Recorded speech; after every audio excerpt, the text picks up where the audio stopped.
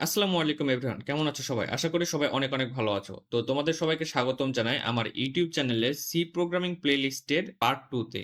তো আজকের ভিডিওতে আমরা দেখব অ্যালগরিদম কি, অ্যালগরিদমের বৈশিষ্ট্য, ফ্লোচার্ট কি, ফ্লোচার্টের প্রধান সিম্বলগুলো, অ্যালগরিদম এবং ফ্লোচার্টের মধ্যে পার্থক্য এবং সর্বশেষে দেখব প্রোগ্রামিং এ কেন অ্যালগরিদম ও ফ্লোচার্ট দরকার হয়।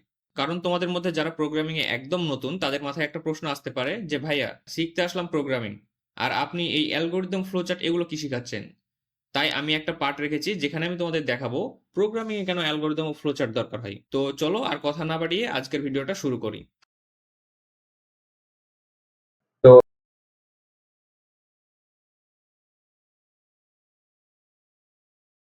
তো সবার প্রথমে আমরা দেখে নিই অ্যালগরিদম কি। তো অ্যালগরিদম হলো একটি নির্দিষ্ট কাজ সম্পন্ন করার বা কোনো সমস্যা সমাধান করার জন্য ধাপে ধাপে সাজানো নির্দেশনাবলী। অর্থাৎ কি, তুমি যদি কোনো ভালো প্রোগ্রামারকে দেখো তাহলে সে কি করবে, কোনো সমস্যা সমাধান করতে চাইলে সেটা প্রোগ্রামিং এ লিখার আগে সেটার একটা সুন্দর স্ট্রাকচারাল সমাধান খাতাতে স্টেপ বাই স্টেপ লিখবে। তারপর সেই স্ট্রাকচার অনুযায়ী সেটাকে প্রোগ্রামিং এ কনভার্ট করবে। আর এই যে সে খাতায় স্টেপ বাই স্টেপ প্রবলেমের সমাধান লিখলো, এটাই হচ্ছে মূলত অ্যালগরিদম। যদি রিয়েল লাইফের কোনো একটা এক্সাম্পল দিয়ে বোঝায় তাহলে বিষয়টা ভালোভাবে ক্লিয়ার হবে। তো মনে করো তুমি চা বানাবে, তাহলে তোমায় কি করতে হবে? সবার প্রথমে তুমি পাতিল নিবে, তারপর কি করবে, সেই পাতিলের ভেতর পরিমাণ মতো পানি নিবে, দেন কি করবে, সেই পাতিলে চিনি দিবে, দুধ দেবে, চা পাতা দিবে, তারপর সেটিকে ফুটিয়ে একটা কাপে ঢেলে নিবে। তাহলে কি হবে, তোমার চা রেডি হয়ে যাবে। তো এখানে দেখো আমরা একটা step by step process follow করছি না?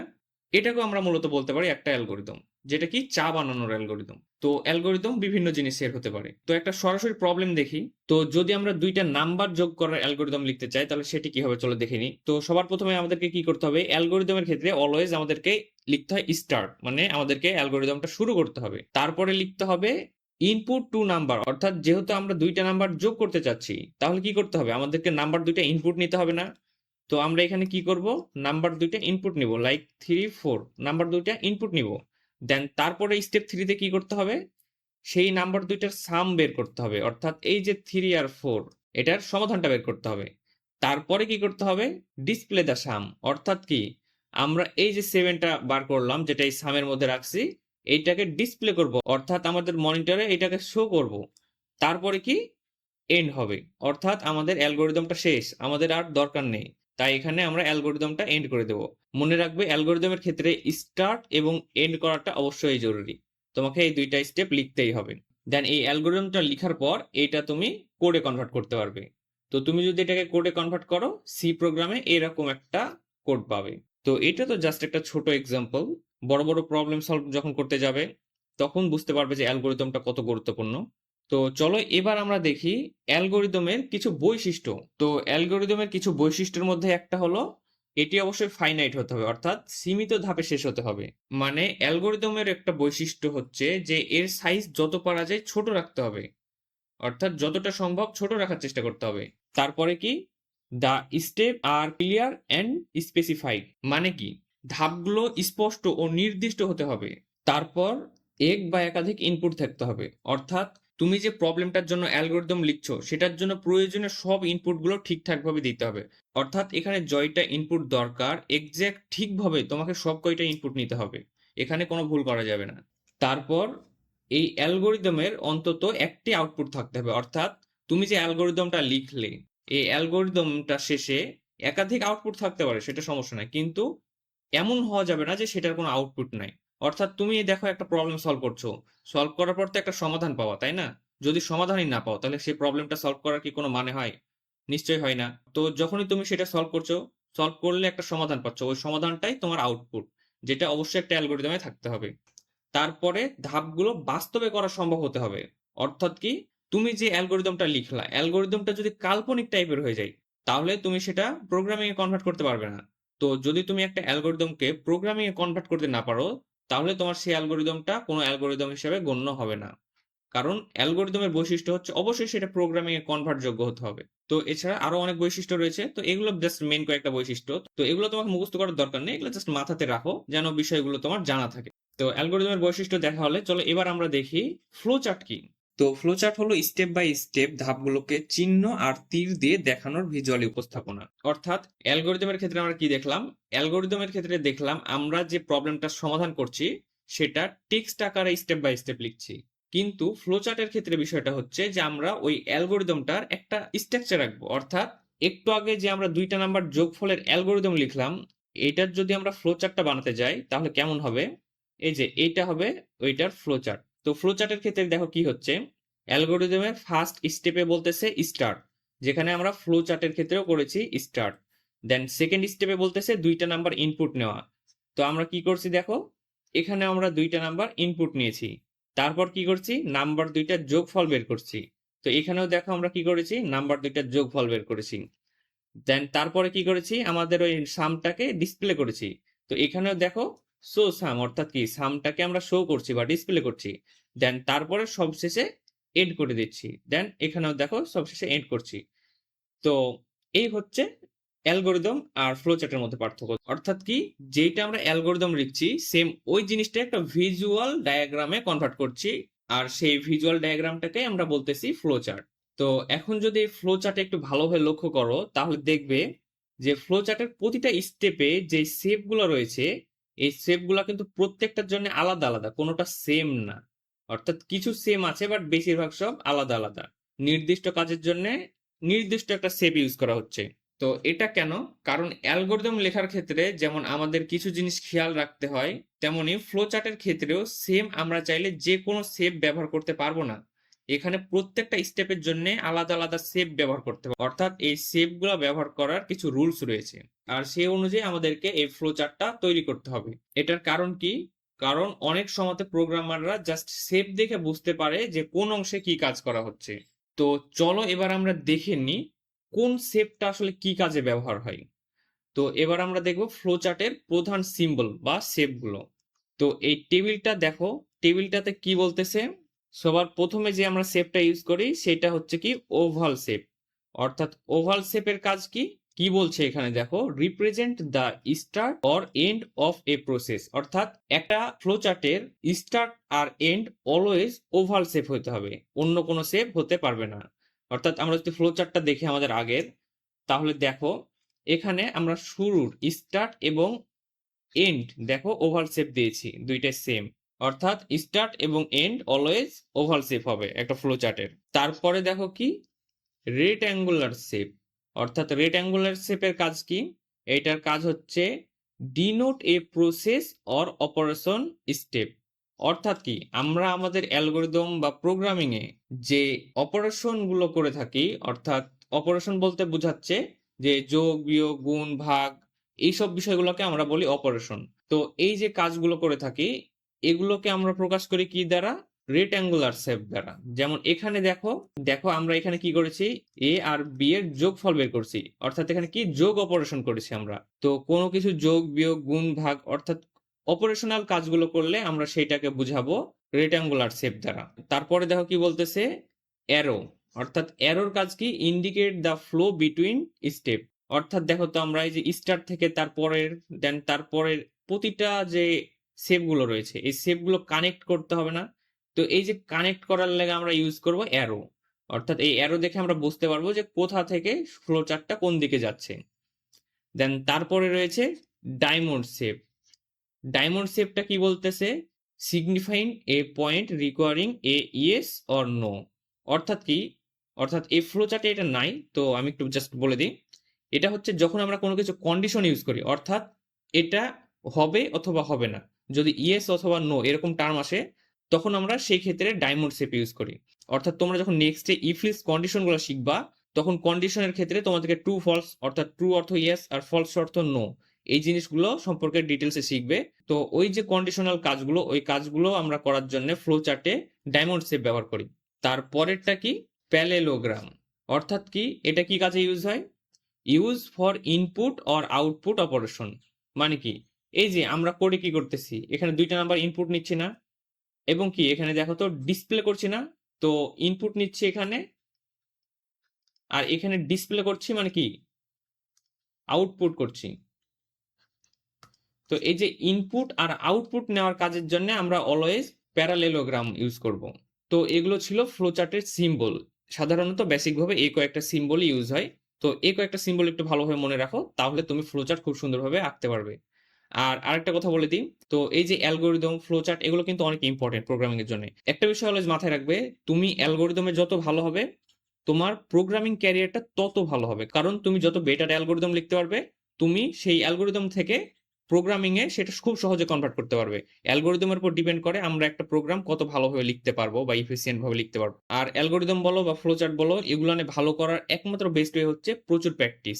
তুমি যত বেশি প্র্যাকটিস করবে অ্যালগরিদম এবং ফ্লোচার্টে তত বেশি এক্সপার্ট হবে। তো তুমি যদি জিজ্ঞাসা করো ভাইয়া আসলে প্র্যাকটিস করবো তো কত দূর পর্যন্ত করব, তো এটার আসলে প্র্যাকটিক্যাল কোনো লিমিটেশন নাই। তুমি যে কোনো পরিমাণ করতে পারো। তবে আমি আনুমানিক বলবো তুমি 20 থেকে 25টা অ্যালগরিদম এবং ফ্লোচার্ট প্র্যাকটিস করো, তাহলে আপাতত এনাফ। দেন আস্তে আস্তে প্রয়োজন অনুযায়ী শিখতে থাকবে। শুরুতে একটু কঠিন লাগাটা স্বাভাবিক, বাট হাল ছাড়া যাবে না। তুমি নিজে করতে না পারলে ইন্টারনেটে হেল্প নিবে, তাও অবশ্যই করবে, সেটা ছেড়ে দেবে না। কারণ মাথায় রাখবে, তুমি একটা জিনিস পারছো না ভেবে যদি তুমি ওইটা ছেড়ে দাও, তাহলে তুমি ওটা শিখতে পারছো না। কিন্তু ওই জিনিসটা তুমি যদি অনলাইনের হেল্প নিয়ে বা যেভাবে হোক কারো হেল্প নিয়ে, তাহলে কি হবে, ওই কনসেপ্টটা তোমার মাথাতে গেঁথে যাবে। যার ফলে কি হবে, ওই সেম টাইপের বা একটু আলাদা যদি ওই একই জিনিস তোমার কাছে ইন ফিউচারে আসে, তখন তুমি ওটা খুব সহজেই সমাধান করতে পারবে। তো তাহলে কি, আমাদের থেমে থাকা যাবে না। পারি না পারি, অবশ্যই থেমে থাকা যাবে না। কারো হেল্প নিয়ে হলেও আগাতে হবে। তো এবার আমরা দেখবো কি অ্যালগরিদম এবং ফ্লোচার্টের মধ্যে পার্থক্য। তো এই বিষয়গুলো আমরা অলরেডি বুঝে গেছি, আলোচনা করে ফেলেছি। তারপরেও আমি একটু ফর্মালি তোমাদেরকে বলে দিই। সেটা কি, প্রথমে অ্যালগরিদম কি আমরা লিখি টেক্সট আকারে, অর্থাৎ এটার ফর্মটা হচ্ছে টেক্সচুয়াল। আর ফ্লোচার্ট কি, চিত্র বা ডায়াগ্রাম আকারে আমরা আঁকি। তারপর অ্যালগরিদম কি, সমস্যা সমাধানের লজিক বোঝানোর জন্য আমরা লেখা হয়। অর্থাৎ কি, আমাদের কাছে একটা প্রবলেম আছে, ওইটা প্রোগ্রামিং এ কনভার্ট করার আগে আমরা ওইটা লজিক্যালি চিন্তা করে কিভাবে লিখবো, কি কি লজিক ইমপ্লিমেন্ট করবো, ওটা অ্যালগরিদমে লিখে ফেলা। আর ফ্লোচার্ট কি, ফ্লোচার্ট হচ্ছে ওই যে অ্যালগরিদমটা লিখলাম ওইটাকে ভিজুয়ালি ভাবে বোঝানো। জানে অনেক পার্সন আছে যারা অ্যালগরিদম বুঝতে পারে না, তারাও যেন ফ্লোচার্ট দেখে সহজে সেটা বুঝে ফেলতে পারে। তারপরে কি, অ্যালগরিদমের বিশেষ কোনো সিম্বল নেই, শুধু স্টেপ বাই স্টেপ লিখতে হয় আমাদেরকে এটা।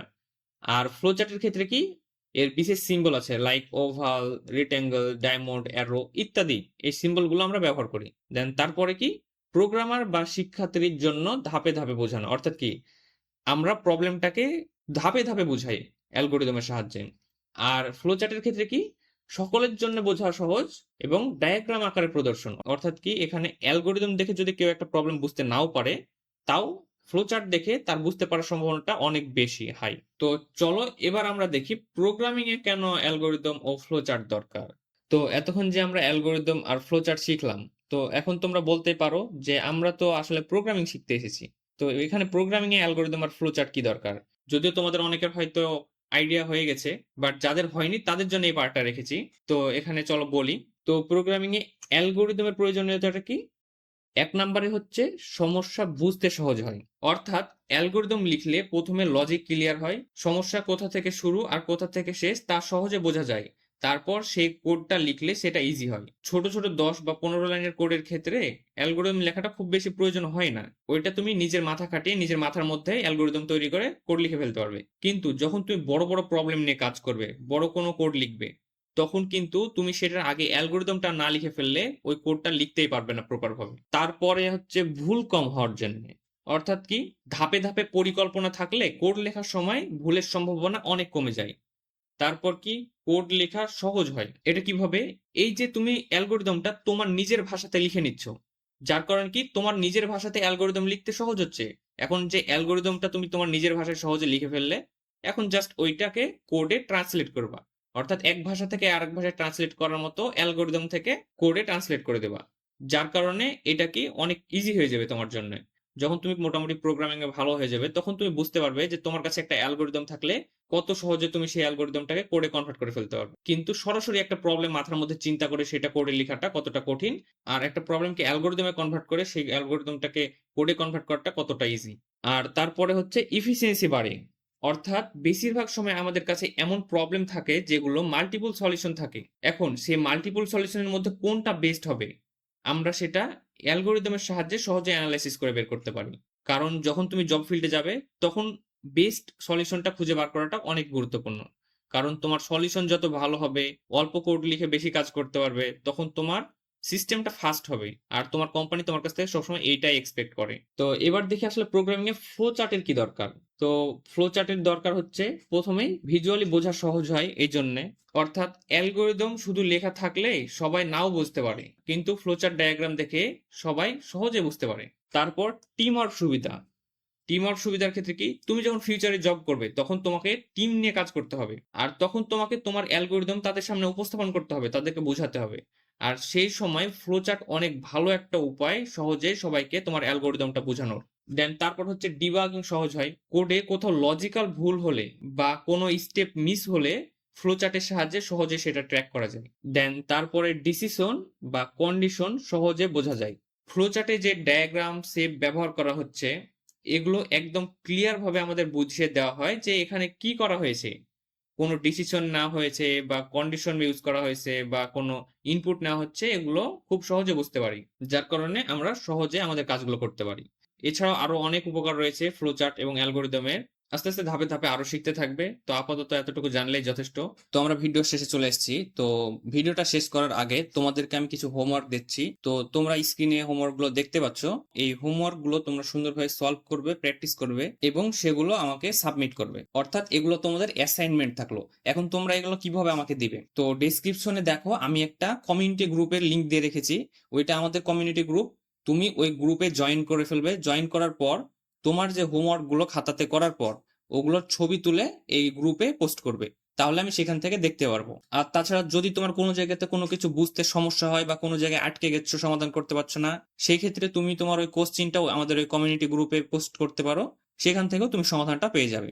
আর এই হোমওয়ার্ক, আর এই যে হোমওয়ার্ক গুলো স্ক্রিনে দেওয়া আছে, পাশাপাশি এই হোমওয়ার্ক গুলোর পিডিএফ লিঙ্কও আমি ডেসক্রিপশন বক্সে দিয়ে রেখেছি, সেখানে সমাধানও আছে, কোশ্চিনের সাথে সমাধানগুলো আছে, তো তোমরা চাইলে সেখান থেকেও বুঝে নিতে পারো। তবে হ্যাঁ, আগে অবশ্যই তোমরা চেষ্টা করবে এই প্রবলেমগুলো নিজে থেকে সলভ করার। দেন যখন একদমই পারবে না সেই ক্ষেত্রে তুমি এই সমাধানগুলো দেখবে। তো কমিউনিটি গ্রুপে জয়েন করে ফেলো এবং তোমার যত কোশ্চিন আছে, প্রবলেম আছে, সবকিছু ওখানে পোস্ট করো, সবকিছুর অ্যান্সার পেয়ে যাবে ওখান থেকে। এই প্রবলেমগুলো প্র্যাকটিস করা তোমাদের জন্য প্রচন্ড ইম্পর্টেন্ট, কারণ তুমি যদি একটা ভালো প্রোগ্রামার হতে চাও তাহলে তোমাদেরকে প্রতিটা জিনিস খুব ভালোভাবে জানতে হবে, সেটা হোক algorithm, flow chart, and in ফিউচারে যেগুলো শিখবো সেগুলো। তো এই যে প্রোগ্রামিং রিলেটেড যে কোনো কিছু বলো না কেন, এগুলো সবকিছুতে ভালো হওয়ার একমাত্র উপায় হচ্ছে প্র্যাকটিস করা। তো আশা করছি তোমরা এই হোমওয়ার্কগুলো সব ঠিকঠাকভাবে প্র্যাকটিস করে ফেলবে, কেউ কোনোটা বাকি রাখবে না পরবর্তী ভিডিও আসার আগেই। তো আজকের ভিডিওটা এখানে রাখছি। তো আশা করি তোমাদের সবার ভিডিওটা ভালো লেগেছে। তো যদি ভিডিওটা ভালো লেগে থাকে তাহলে অবশ্যই একটা লাইক করে দিতে পারো। আর তুমি যদি ভিডিওটা দেখে উপকৃত হয়ে থাকো তাহলে তোমার ফ্রেন্ডদের সাথেও শেয়ার করে দিতে পারো, যেন তারাও দেখে উপকৃত হয়। আর তোমার যদি কোনো কোশ্চিন থেকে থাকে কোনো কিছু নিয়ে তাহলে অবশ্যই কমেন্ট বক্সে কমেন্ট করে জানাতে পারো, আমি সেটার অবশ্যই সমাধান দেওয়ার চেষ্টা করবো। আর চ্যানেলে যদি নতুন দর্শক হয়ে থাকো তাহলে অবশ্যই চ্যানেলটিকে সাবস্ক্রাইব করতে ভুলবে না, যেন পরবর্তী ভিডিওগুলো তুমি মিস না করে ফেলো। তো দেখা হচ্ছে পরবর্তী ভিডিওতে, ততক্ষণ সবাই ভালো থাকো, আল্লাহ হাফেজ।